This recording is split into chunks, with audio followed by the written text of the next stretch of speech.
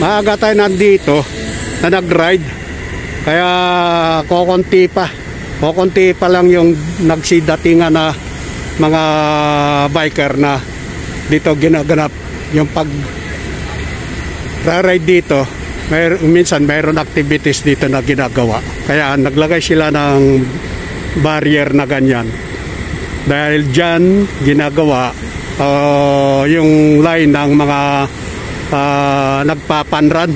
Tapos itong area na to para sa mga rider, bikers na panran din. Kaya to, konti pa lang yung tao. Konti pa lang yung mga nagra-ride. Dahil maaga pa. Kaya lang nakikita natin yung panahon. Pagka nakikita nyo rito, kala nyo tanghali na pero wala pa. Wala pang alas 6.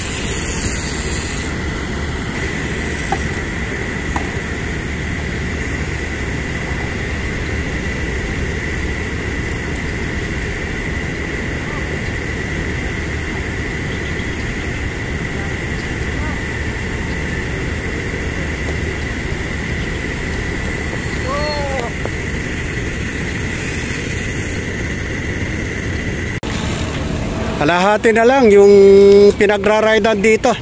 Dahil nga sinarado yung kalahati mula nung mayroon na disgrasya rito na aksidente. Ito, kokonti na lang. Kalahati yung sadyang nawala na mahaba-haba dati. Yung ating pinag-joggingan dito, pinag-exercisean. Ngayon, kokonti na lang. Kalahati. Ayun o, dumadami yung mga nagra-ride.